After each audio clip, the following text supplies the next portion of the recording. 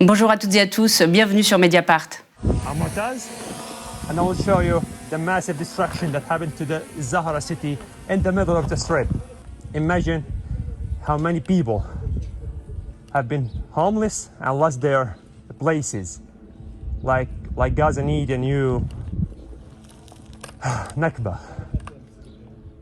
Qui ne connaît pas encore ce jeune homme, Motaz Azaiza, 25 ans, photojournaliste palestinien, propulsé reporter de guerre après le 7 octobre. Pendant des semaines, il a documenté les massacres israéliens à Gaza au péril de sa vie et alors que le territoire est interdit aux journalistes étrangers par Israël. Le 23 janvier 2024, il a fui l'enfer de Gaza avec sa famille pour le Qatar, non sans renier son combat, le combat de sa vie, porter la parole, la voix du peuple palestinien. Il est l'invité de notre émission à l'air libre, exceptionnellement en anglais et sous-titré en français aujourd'hui. Bienvenue.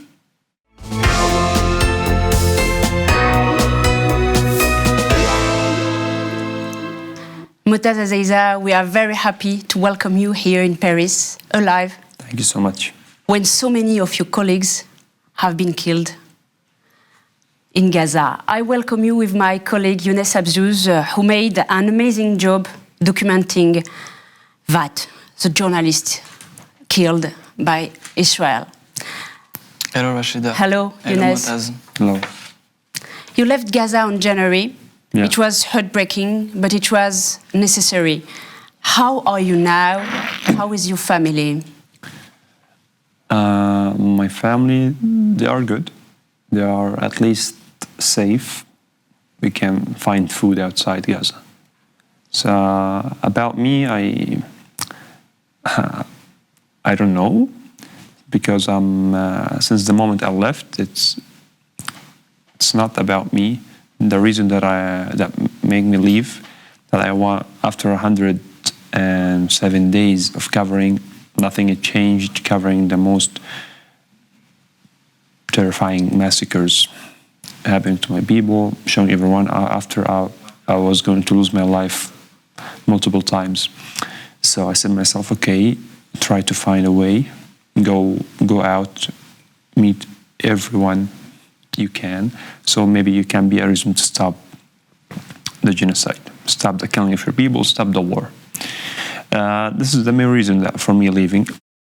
So me being here, me being there, me being everywhere, that doesn't mean that I'm looking for any attention for myself personally. I'm looking for the attention of the world so they can see what's happening, understand and support, take actions.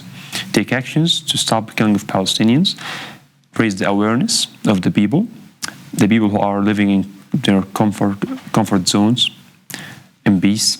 They should understand that they have a really good life. They have peace. Yeah, they should appreciate this, and because there's people are calling for their freedom, but calling for their freedom costing them their lives. So I'm calling, asking, joining every place, everyone, meeting a lot of people. So at least we can together make actions and stop Israel from killing us. Israel continues the war despite calls for a ceasefire, despite international protests, despite warnings from the International Court of Justice about the possible risk of genocide, and despite the request from the prosecutor of the International Criminal Court. According to the latest count, more than 36,000 people have died in Gaza since October 7th. Most of them are civilians, women and children. In Rafah, the situation is apocalyptic. Dozens of people have died in recent hours under the bombs. Motaz Azaiza, do you feel guilty because you get the chance to survive? Yeah, actually, I've been dealing with the guilt feeling for more than 5 months, 6 months.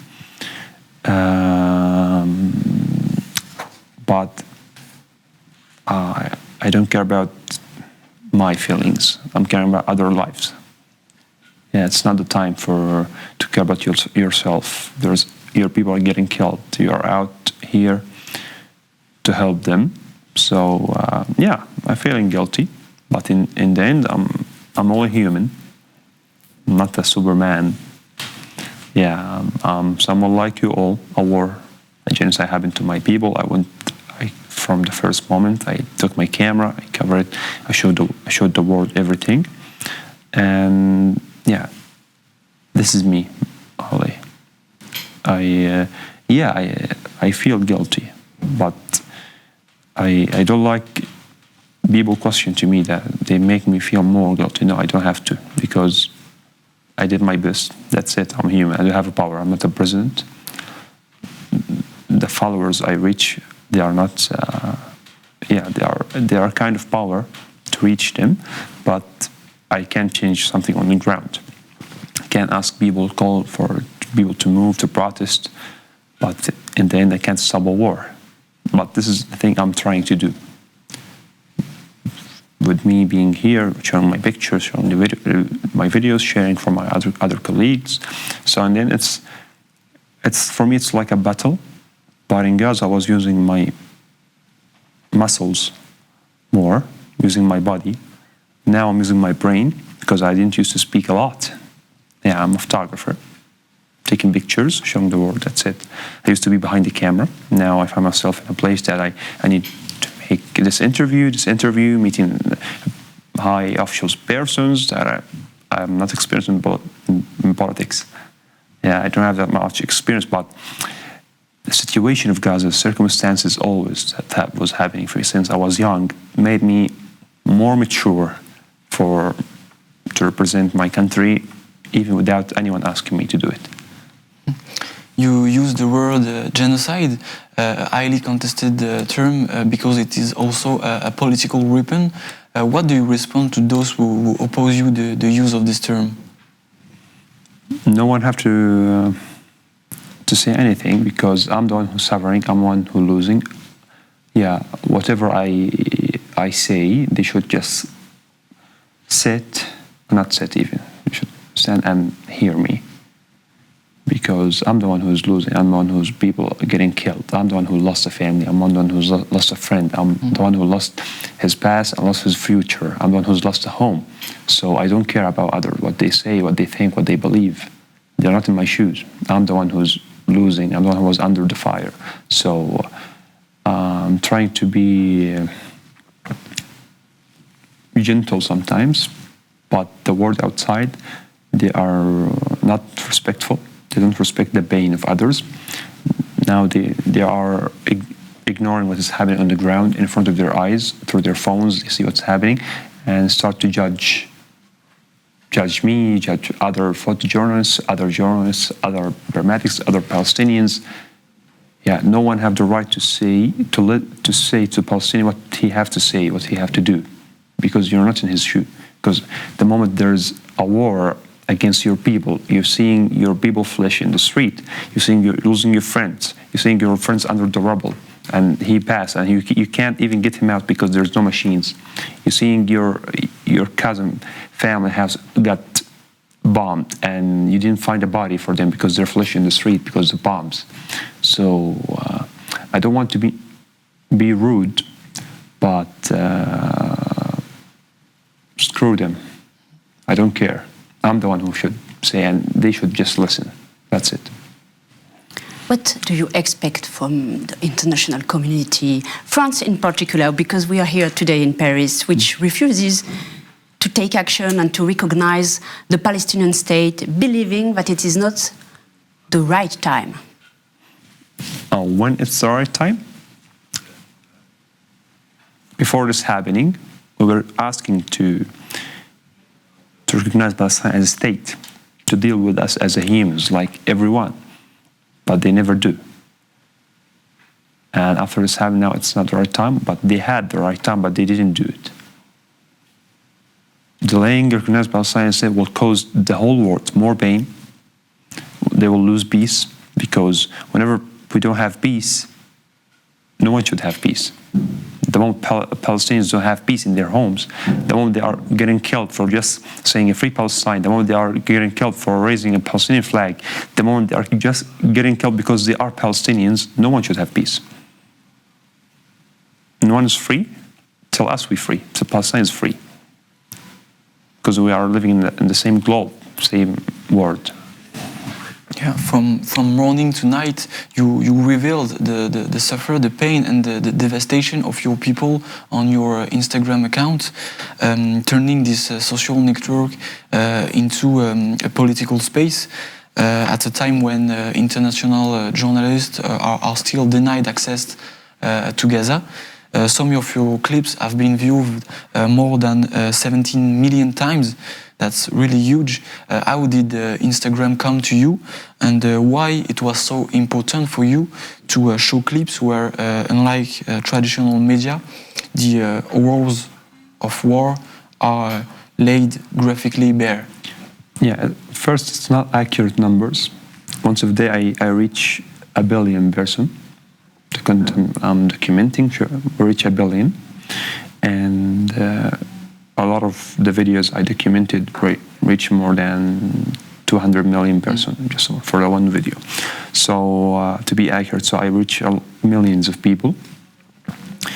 And for sorry, I was looking for actions, but people was responding with sharing the content. I keep saying that we are not a content. What's happening to us is not a content. We are just sharing, because this is the work of journalists.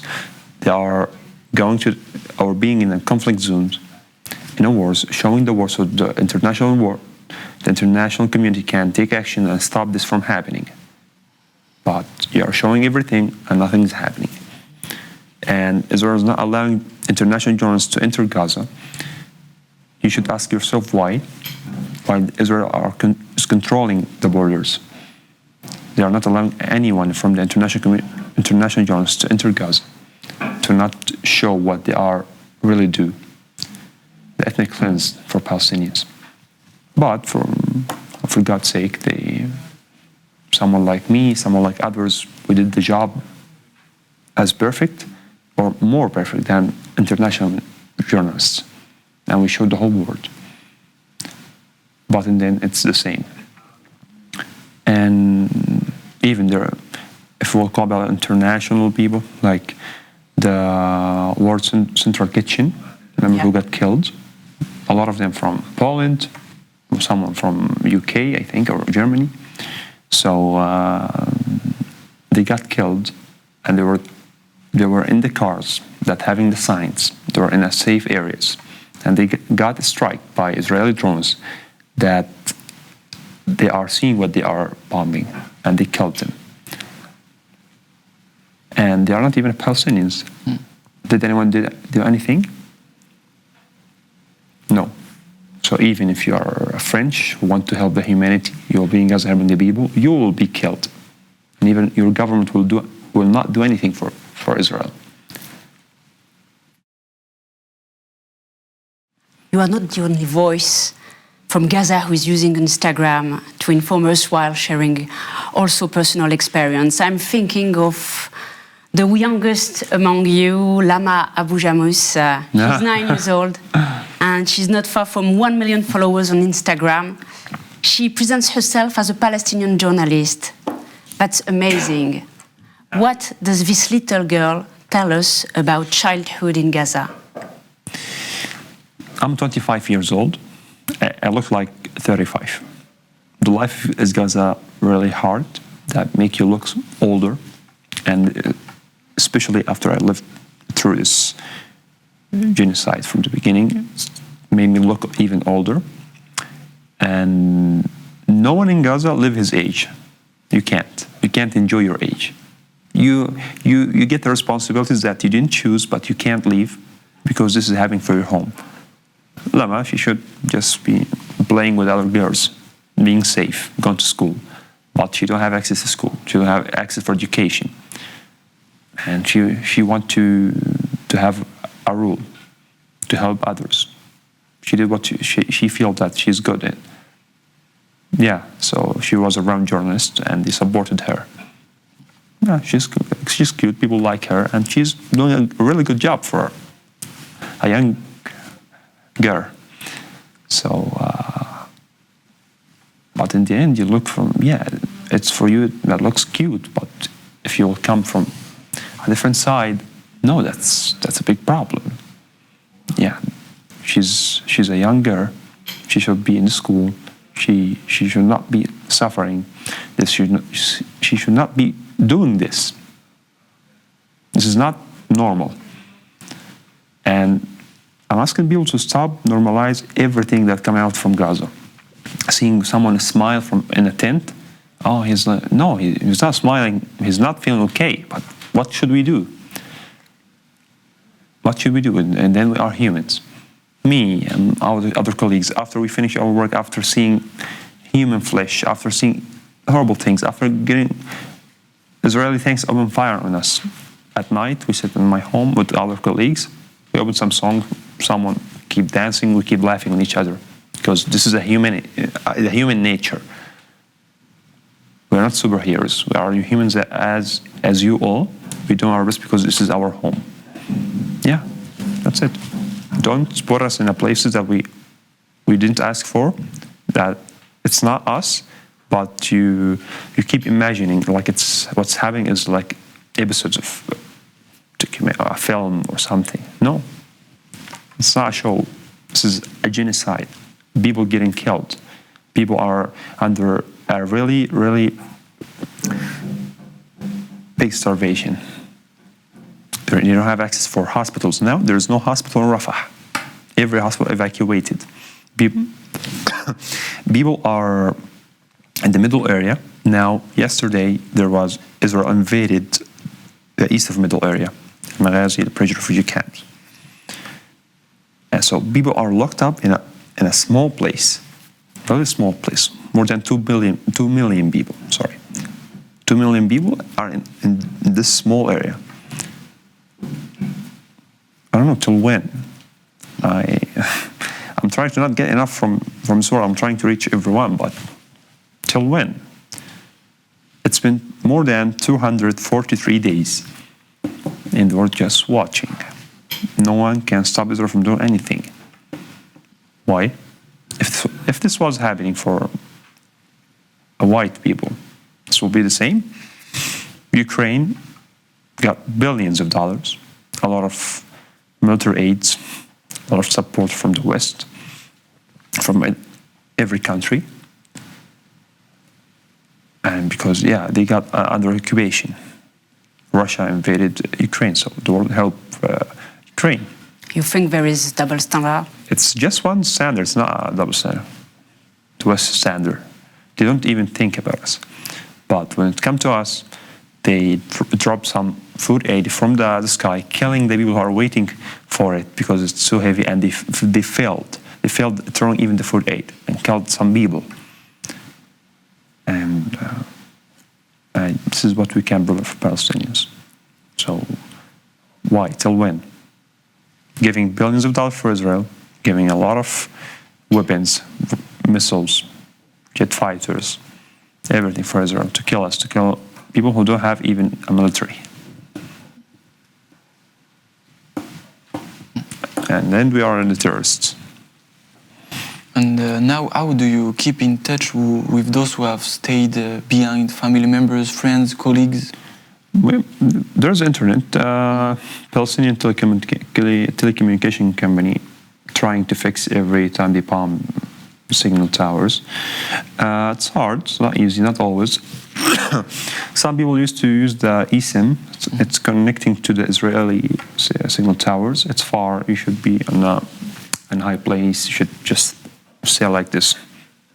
Don't move the phone, right? Just as I used to do.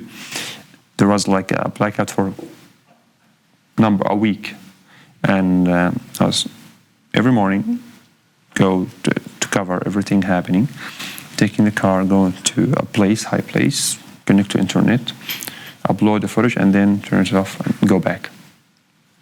Yeah. On Thursday the 4th, you received the Freedom Prize in Caen and Normandy. Yeah. We are going to watch. Okay. This prize was awarded by the Normandy region in recognition of your fight for press freedom and the right to information. You succeed Afghan rapper Sonita Alizada, Saudi feminist Loujain Al-Hatlul, and Swedish activist Greta Thunberg. The award honors a person or organization committed to defending the values of freedom and human rights. It was created to celebrate the spirit of freedom and resistance in tribute to the historic events linked to the Normandy landings and the liberation of France during the Second World War. Mediapart attended the ceremony, a very moving ceremony because it brought together generations, old and new, around a cardinal value, freedom. Several dozens American veterans of the Second World War who had come to celebrate the 80th anniversary of D-Day were there, as was Andy, who was also celebrating his centenary. You were applauded by dozens of young people in a packed zenith. The Prix Liberté is above all an exceptional educational event. More than 14,000 young people aged between 15 and 25 from 116 countries worked on the meaning of liberté before voting to decide between the three nominees: you, Syrian lawyer Noura Ghazi, and Belarusian opposition figure Maria Kolesnikova. This year, the jury was chaired by war photographer Patrick Chauvel, who expressed his admiration for you and his pride in seeing you receive what he considers to be the prize for truth. In a moving speech, you repeated that no one is free until Palestine is free. You called on us not to let Gaza fall into a black hole. You repeated that Palestinians are human beings seeking freedom, not terrorists. What does this prize mean to you, Motaz? The actual prize doesn't mean anything for me because I'm not free. My country is not free, but it means for my country. It was the first time for Palestine to be represented there in the Normandy, especially in this date, near to the date of the day freeing France from Nazis. So it was very special for me to represent my country there and to reach more people, to take a chance so I can reach more, especially young people who should understand what's happening around them. And it's kind of supporting me to continue. But imagine that you lose your home, your friends, your family, and then you get a prize. How you will act for it. But thanks for them. They are they're very supportive, and thanks for the more than 14,000 people who selected me for this prize. So I won by the voting. That's nice because I never voted. We never had elections. We never had a chance to choose. So and the moment I grew up, people voting for me. I'm not voting. I want to try to vote. So thanks for them, and this is a way for me to continue. A lot of people want to support me. A lot of people want to help me. I don't want to focus on the people who want to destroy me and to stop me from what I'm doing. No, also there's a lot more of people who want to help me. So I should not neglect them or ignore them. And how can they help you? They help me with giving me their places to represent and talk, their platforms. So this is a way of support, and I'm a journalist. A number of Israeli collectives, as well as members of French Parliament from the presidential majority, denounced the fact that you received this award. According to them, you are a Hamas supporter who refuses to condemn the terrorist attack of October 7th and who spreads fake news about Israeli soldiers. How do you react to these accusations? When I hear this, I keep laughing. Actually, I find it funny because what I'm showing is the reality on the ground. It's what they are doing, their deeds. Sometimes I share videos from the soldiers themselves. They are posting on TikTok for what they are doing, breaking houses and destroying and bombing. and making fun of us. So I use their videos even, but even their videos, they don't want to believe when it's come to international people. So for me, it's funny. I don't care. It's up to them. But people voted for me. People selected me because they know the truth. You are very useless. Just saying words, not caring about what's happening to the civilians and the innocent people.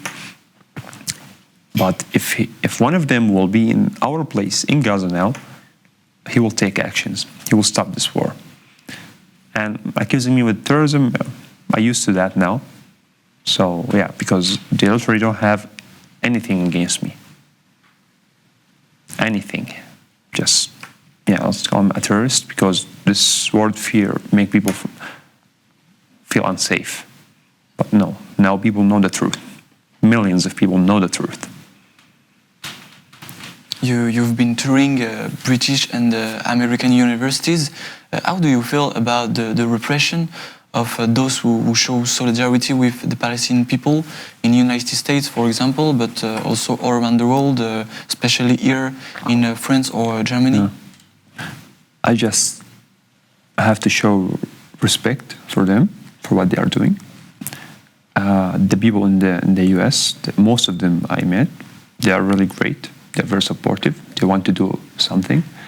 They are trying very hard, like students of Columbia University and other students in every university in the US who protested for Palestine. For some, even the US is like the most free country in the whole world, as they call themselves. It's not free even when if it's free about anything, but when it comes to Palestine, no, it's not free.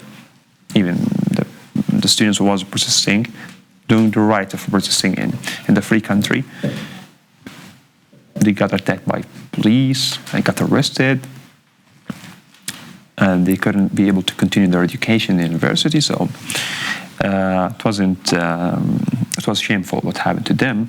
But when I went there, yeah, I felt that they're really in my back.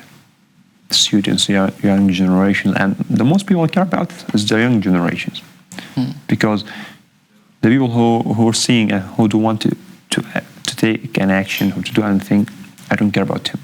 If you are not a human, you don't feel others, I don't care about you. Yeah, I care about the other generations who should understand them and see what is happening.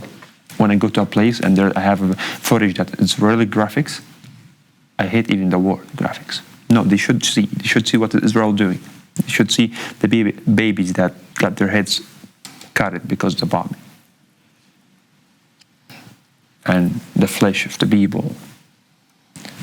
People are starving from hunger because of Israeli blockade, the besieged place, and not having access for hospitals.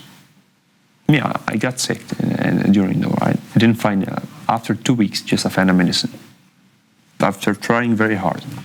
And to find this medicine, it costed me more than $2,000. Just to find a medicine that in the normal days, it doesn't cost me $10.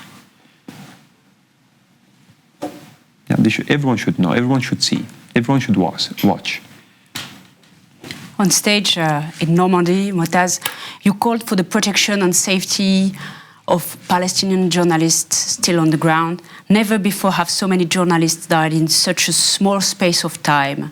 Not during the 2 world wars, not during the wars in Vietnam, Bosnia, Iraq, Afghanistan, to name just a few of the most deadly. In Ukraine, 17 journalists have been killed in the last 2 years.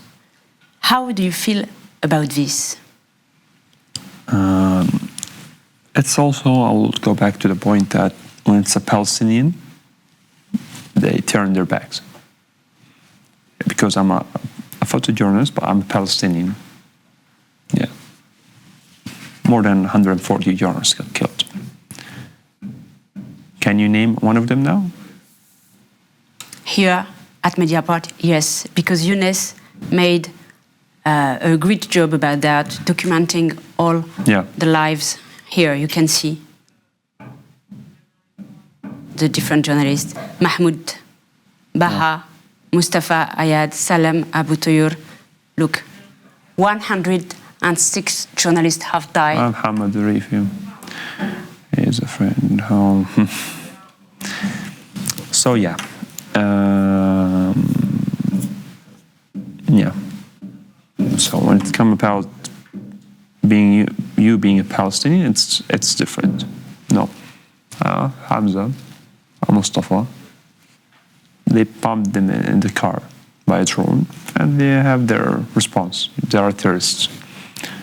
They're followed to terrorist organizations.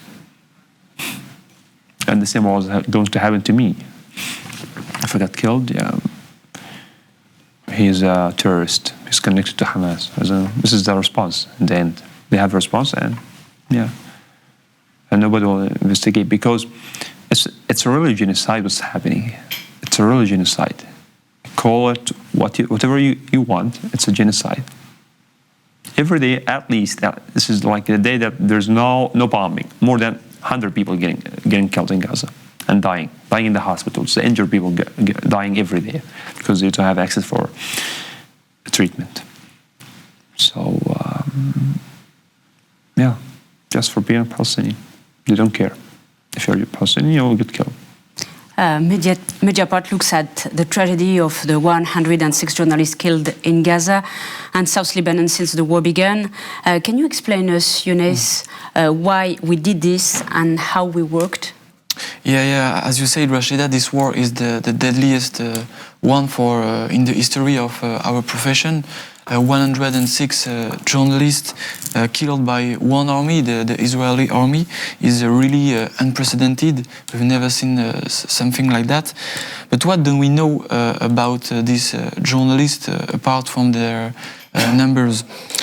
To give an account of this attack on the right to inform, and because we owe it to the dead not to reduce them to numbers, but to give them back their names, their faces, their stories, we have decided at Mediapart to reconstruct their portraits. Our work has been made really difficult by the media blockade imposed by the Israeli army over the last 8 months. And when it's not possible to go on site, there remains the digital space where friends, colleagues, and also family members pay tribute to this slain journalists. Journalists from Gaza who are still alive have also helped us to retrace the lives of their deceased colleagues, and these reporters try every day to survive in the Gaza Strip and continue to inform us despite the risk. Before the war, Motaz, you used your Instagram account to show the beauty of Gaza and capture its vitality despite the blockade. Shots of children playing football, a family celebrating their eldest daughter's graduation, seagulls flying over Gaza's stormy grey skies, and then 7th October, this cheerfulness was completely shattered. Was it immediately obvious for you to use your Instagram account to document the scale of Yeah, I used to that, yeah. It wasn't the first time. Yeah. Since, let's say, maybe 2017, I was a first responder, and let's say, yeah, I provide first aid with the PRCS, Palestinian Red Crescent Society, so I used to be with them always, so I'm having my camera also, because a part of me, he likes to be as like a paramedic. But yeah, so I joined them many times. I covered a lot of aggressions, 2 days of aggressions, so it wasn't the first time, and I hate this, because I like to capture beauty more than the rubble and destruction. I like my pictures to be colorful. So the moment I was like a young photographer who wanted to work on the look of his Instagram to look beautiful. And then there's some days of aggression you need to cover it because it's happening to your country. I can't. The moment I hear the bombing, I see the news, take my camera and go out. So I was always hating this. I ruined my Instagram now. But in the end, you should also you have a camera, you have a skill, you should use it for your home. So this is the part of me that always doing this. So 2017, 2018, I got a shot in my left femur by Israeli sniper for being a paramedic, having my camera with the PRCS in a protest between Israeli occupation and civilians, the borders. And 2019, 2020, 2021 war for 11 days. I was really aware that year, so I covered it also very well. I made a documentary also. And 2023 in May there was aggression for 5 days, so I also cover it. If you will go back to my Instagram, you will see it. And this one. Yes. How did you work during these 107 days? How do you cover the war when there is a blackout, when your tools are destroyed, when there is no electricity? How do you do to be a journalist, to work as a journalist? Yeah, look, and when you are in the conflict zone, when you are under bombing, you will do your best as a human to survive. So yes, I did my human nature. This was me, the human nature that, yeah, I need to survive, I need to figure out, you can ask people for help, you can provide help to others. In the last days, before I left, a month before, I rented the car so I can use it to move easily. With connections, you can get diesel, get food. So everyone's trying to help everyone. So it was hard. Believe me, in the first days, I was believing that I will die because I will not find the water to drink. The first month. Yeah, guys, do anyone have water? No. Oh my God, we need water. So it was real difficult till the aids start to enter after that. So, and I started to lose weight. I was like 106 kilograms. I was, going to gym, caring about the way I look. And now, after I evacuated, I was like 88. So yeah, that's a lot to lose. So with connections, with the help of each other, asking your friends, your family, going to your grandmother. She keep hiding food. So when Motaz came, I will give him some. So this is how we are. Survive as a human being and survive as a journalist. Yeah. You call yourself a photographer rather than a journalist, and during this war, like you just said this, you were also a rescue worker, a driver. We saw you on several occasions try to provide comfort to injured children while you were driving us to hospital. And how do you document this war while you witnessing the massacre of your own people and trying to survive for yourself? Okay, if I will surrender to the fear, I will be nothing. I will do nothing. But sometimes the most terrible things that you didn't see, I couldn't document. No one could document. So sometimes I was crying. I was unable to move. I can't do it anymore. But because this is happening to my people. I'm a photographer. And these times I become a photojournalist, and I have experience in providing first aid, so I will use my skills. And in these times I used my best. I used everything I have, I know, my skills, so I can help, can document, can do my best, because this is happening for my home. If I'm a kind of international photojournalist, so I'll go here and there, document. He will be in his box. He will not do more than that because it's not his work. But Gaza is happening to my people. Okay, I'm a photojournalist. I will go to cover. This house is my aunt's house. So should I be the photojournalist anymore? No, I will help because it's happening to my family, my people, my country. So yeah, this is why it's different. Of all the images of disaster, of desolation you have photographed, of all the human dramas you have faced during these days of war, which images, which stories stick with you most? A lot. Not a few, but sorry, because it's a lot. Sometimes I forget to mention this time after I leave. Oh, I forgot to mention that. But once of time I was checking my camera in front of the emergency room in the hospital, and the ambulance came. It wasn't fast because, okay, he may not have injured. He may just came to the hospital. They opened the door and they brought the baby without a head. Her brain is out. So I wasn't ready to see that. So the young woman who was under the rubble and stuck, no one could evacuate them or take them from under the rubble. The people who... No, at the time, I saw a cat eating a body of someone who got killed by Israeli sniper, and no one could reach the area. And the moment we went there, I saw cats eating the flesh of people. Yeah. You're now followed by over 18 million people on your Instagram account. Yeah. That's more followers than the American or the French president, for example. How do you live with this notoriety and responsibility? Isn't it too heavy for you? It's really heavy, but I'm dealing with it as like I have my 24,000 followers as I used before.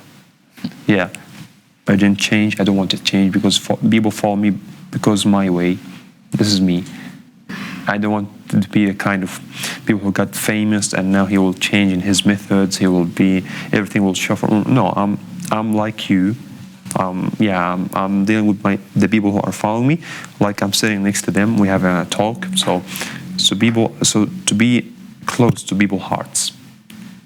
Yeah, I don't want just people to use me as to get information from me. No, I'm like you. And in what I'm showing, there is a part for me personally, because if I don't appreciate myself, that's not fair, because I'm the one who's getting tired, the one who's risking his life. I'm showing this for my home, but in the end, there should be a small part for yourself. So people not seeing how my life was before and my life during and my life will be after. So it's really heavy on me, but I'm trying to deal with it. Yeah, people think I'm like a president, a minister. No, I'm just like you. I make mistakes. I make good things. I get advices. I do my best. After 4 months, far from your land, how do you deal with exile? I'm getting tired. I keep looking to the images. I feel like I want to go back. No, that's enough. I don't want to keep speaking. I want to go back. There's my place. But yeah, okay, go back. You'll start suffering from fighting food, fighting water. My house is full with my friends, families who came who don't have a house. So I will not even have a place, because I will not ask someone during this genocide to, okay, I'm going back, you should leave. But once time I was going back. At the moment I decided, I felt Israel invaded Rafah, they closed the crossing. So, yeah, I don't have access to go back to Gaza now as a Palestinian, as this is my home. I'm waiting. I don't know what will happen with me. I will not know what happen next. I'm trying, even if I'll go back with something big to Gaza. I don't know, a lot of things happening. I'm trying to deal with it. My brain is trying. I'm feeling that it's gonna collapse, but I'm trying to save myself so I can help others. And to finish this program, with what words would you like to finish this program? No one is free till Palestine is free.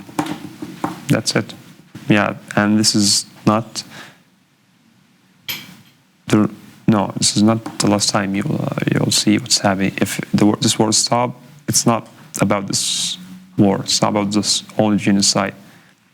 What's happening in the West Bank? What's happening in Jerusalem? Stealing the land, killing the people. So this is not the last war. If Israel don't accept giving peace for Palestinians and accept at least the two-state solution, at least. If they don't accept the peace for us, no one should have peace. They should accept peace. So we can live in peace. How you want to grant peace while you are killing me and stealing my land? So what do you expect from me? And to find peace, yeah. Colonization and occupation have to be finished. Exactly. Thank you so much, Motaz Azaiza, for being with us today, for sharing with us your commitment for Palestinian people and for press freedom. Thank you also, Younes. Thank you, Rachida. Thank you, for Motaz. your work. Merci à toutes et à tous de nous avoir suivis pour cette émission exceptionnellement en anglais, mais demain, de nouveau en français. N'oubliez pas, cette émission en accès libre n'est possible que grâce à vos abonnements. Alors si vous ne l'êtes pas, abonnez-vous. À très bientôt.